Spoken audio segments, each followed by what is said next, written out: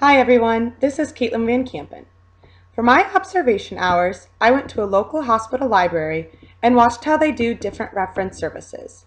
They mostly do virtual reference through a library email portal, but they also do some on-site reference and another service that I will be describing here called recurring searches.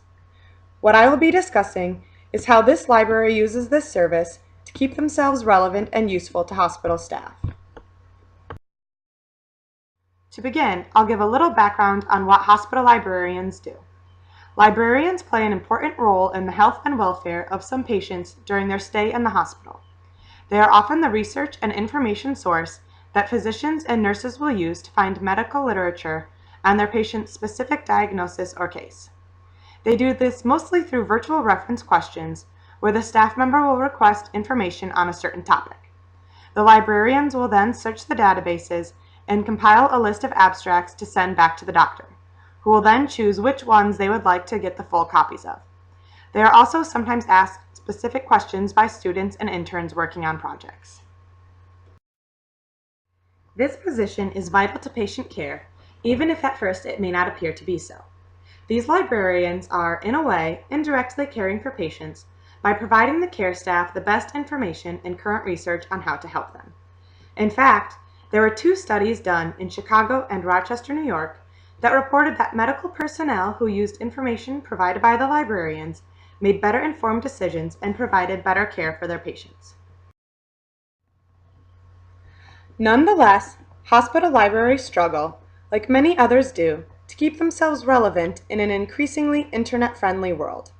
The librarians I shadowed said they often find that people don't know that they exist. They will have doctors who have worked there for years and finally realize that there are librarians who can help them with the research and save them lots of time and effort. Another problem they have is that people assume the doctors and nurses can just do the research themselves and don't need help from the librarians. They struggle with people not realizing how helpful they could be and what a great resource they are.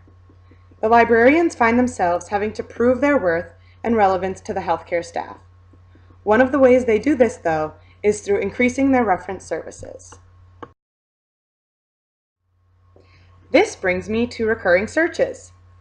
These are a reference tool used by one of their medical reference librarians. She has a list of certain doctors, nurses, and committees that are interested in different research topics. Every month, or quarterly for some, she compiles a list of the most current research articles published on these fields of interest and sends this very large list on to these people. While this can be a bit time-consuming, she has made herself a great asset for these doctors and nurses. They are able to stay on top of the current research in their fields and provide better care for their patients this way. For example, Dr. X is interested in hypertrophic cardiomyopathy. The librarian then searches multiple databases using multiple search strings to find as comprehensive a list as she can for recently published research. She then compiles this list and the search strings and sends this to Dr. X.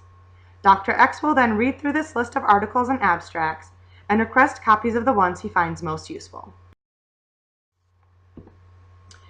Here are some copies of the work that she did and showed me. On the left-hand side are some of the requests that she has gotten this year. You can see how many different topics she has had to search from all these different groups. The middle picture is her search string for just one topic. I believe this was an ICU doctor who had a specific interest in patient care in a critical care unit. The right side shows how she sends the articles to the staff. They often have just the author, title, and abstract to see if they are of interest to the doctor before giving them the full article. This service is a great way for her to keep her role as a medical librarian relevant to the hospital staff. First, their reference tallies have increased because she is providing staff with resources every month. Doing something different for reference is a great way to keep patrons coming in. This is especially important in a setting like the hospital, where they sometimes have small numbers of people asking questions through on-site or virtual reference. By offering a new and unique way to assist the staff, they are helping to keep themselves relevant. Every month, she has more and more new physicians and nurses requesting materials. By coming up with a different way to provide reference, she has found a perfect way to demonstrate the necessity of medical librarians in hospitals. In conclusion, I found this experience very enlightening on how to make yourself needed when others might overlook you. These hospital librarians suffer the same as others in being overlooked as useful tools, so this librarian took matters into her own hands. It is encouraging to see how we can use our skills and come up with new ways to be helpful. As librarians, we don't need to be only answering questions to be doing reference. Sometimes we need to think outside the box and find new and creative ways to make our reference work relevant.